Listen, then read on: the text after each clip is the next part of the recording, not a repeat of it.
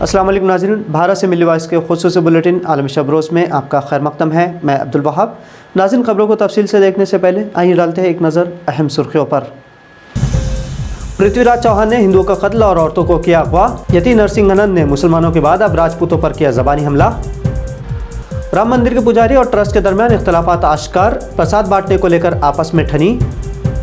CA के जरिए BJP का आवाम को बांटने का मंसूबा। मोदी ने कहा तकसीम के शिकार हिंदू सिख अफराद को शहरियत देने की कोशिश।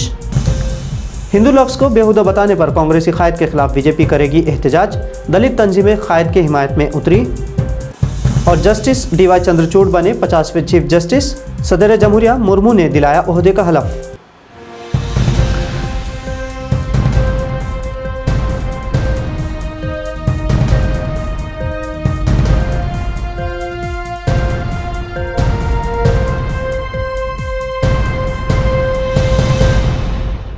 मुतनाज़ा बयान देकर जेल की हवा खाने वाले और फिर जमानत पर रिहा उत्तर प्रदेश में डासना देवी मंदिर के सदर पुजारी यति नरसिंह हनन अब भी अपने बयानों से बाज नहीं आ रहे। यति ने आज फिर से वज़ीर-ए-आज़म नरेंद्र मोदी और राजपूत बादशाह पृथ्वीराज चौहान पर ज़बानी हमला किया है। उन्होंने कहा है कि जिस तरह पृथ्वीराज चौहान ने हिंदुओं का कत्ल और औरतों को अगवा किया था, उसी तरह मोदी भी कर रहे हैं। यति यहीं नहीं रुके, उन्होंने मज़ीद कहा कि पृथ्वीराज चौहान ने अपने सगे भाई की बेटी को भी नहीं बख्शा था। यति ने दावा किया कि पृथ्वीराज चौहान बहुत सारे बहादुर हिंदू बादशाहों के कत्ल का जिम्मेदार है, मगर उसने मुस्लिम हुक्मरानों को हाथ तक नहीं लगाया और अगर मोदी ऐसा करते रहे तो उन्हें भी सुकून के साथ रोने की जगह नहीं मिलेगी। यति के इस बयान के बाद उन पर मुल्क के कई मकामात पर FIR दर्ज की जा चुकी है। बाबरी मस्जिद की जगह आरजी राम मंदिर में भक्तों में प्रसाद की तकसीम के मामले पर पुजारियों में आपस में ठन गई है। ट्रस्ट के कारकुनों को आरजी मंदिर से कुछ फासले पर प्रसाद तकसीम की जिम्मेदारी दी गई थी और इसी प्रसाद को तकसीम करने की वजह को लेकर बड़े पुजारी आचार्य सत्येंद्र दास ने नाराज़गी जाहिर करते हुए कहा कि जो भी कहीं से आता है वो ट्रस्टी बन जाता है।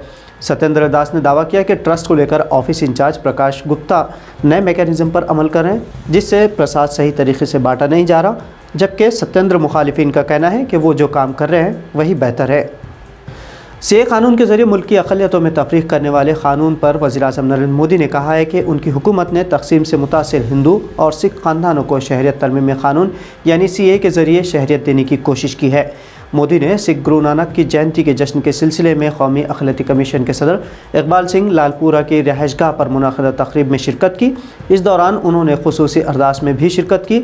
वज़ीर-ए-आज़म ने यह भी कहा कि आज दुनिया जिस मुश्किल दौर से गुजर रही है, उसमें गुरु नानक देव जी के तालीमात एक मशअल की तरह नए सिमत देने का काम कर रही है। कर्नाटक में कांग्रेस लीडर के हिंदू लफ्ज़ से मुतालिक मुतनाज़ा बयान के बाद बीजेपी मुश्तइल है। उसने रियासत भर में एक बड़ा एहतजाज शुरू करने का फ़ैसला किया है। कांग्रेस रुकन असम्बली सतीश कारकेहोली ने यह कहते हुए तनाज़ा खड़ा कर दिया था कि लफ्ज़ हिंदू हिंदुस्तानी नहीं बल्कि फ़ारसी लफ्ज़ है और इसके माना बड़े बेहुदा है। बीजेपी ने अब सतीश कारकेहोली के खिलाफ हिंदुओं के जज्बात को मजरू करने पर कार्रवाई की मांग के साथ शिकायत दर्ज कराने का मन बनाया है। दूसरी जानिब कर्नाटक के वज़ीर तवानाई V सुनील कुमार, जो एक सख्त गिर RSS रुकन है, उन्होंने कहा कि कांग्रेस पार्टी को इस बयान की भारी कीमत अदा करनी पड़ेगी। इसी दरमियान दलित तंजीमों और प्रोग्रेसिव थिंकर्स ने सोशल मीडिया पर सतीश कारकेहोली की हिमायत में मुहिम शुरू कर दी है। रियासती बीजेपी एहतजाज में शिद्दत पैदा करती है तो दलित तंजीमों के सड़कों पर आने के इम्कानात हैं। जस्टिस DY चंद्रचूड़ ने आज हिंदुस्तान के 50वें चीफ जस्टिस के तौर पर हलफ ले लिया। सदर जमहूरिया द्रौपदी मुर्मू ने उन्हें ओहदे का हलफ दिलाया। 17 अक्टूबर को मुर्मू ने जस्टिस चंद्रचूड़ को चीफ जस्टिस मुकर्रर किया था। जस्टिस चंद्रचूड़ नवंबर 2024 को बतौर सुप्रीम कोर्ट के जज 65 साल की उम्र में रिटायर हो जाएंगे। साबिक chief justice of India UU Lalit ने 11 अक्टूबर को मरकज़ी हुकूमत से जस्टिस चंद्रचूड़ को अपना जानशीन बनाने की सिफारिश की थी। तो नाज़रीन, मिली वॉइस के आलमी शब-रोज़ बुलेटिन में आज इतना ही। मज़ीद खबरों के लिए मिली वॉइस चैनल को सब्सक्राइब करना ना भूलें। अब्दुल वहाब को इजाज़त दीजिए। अल्लाह हाफ़िज़।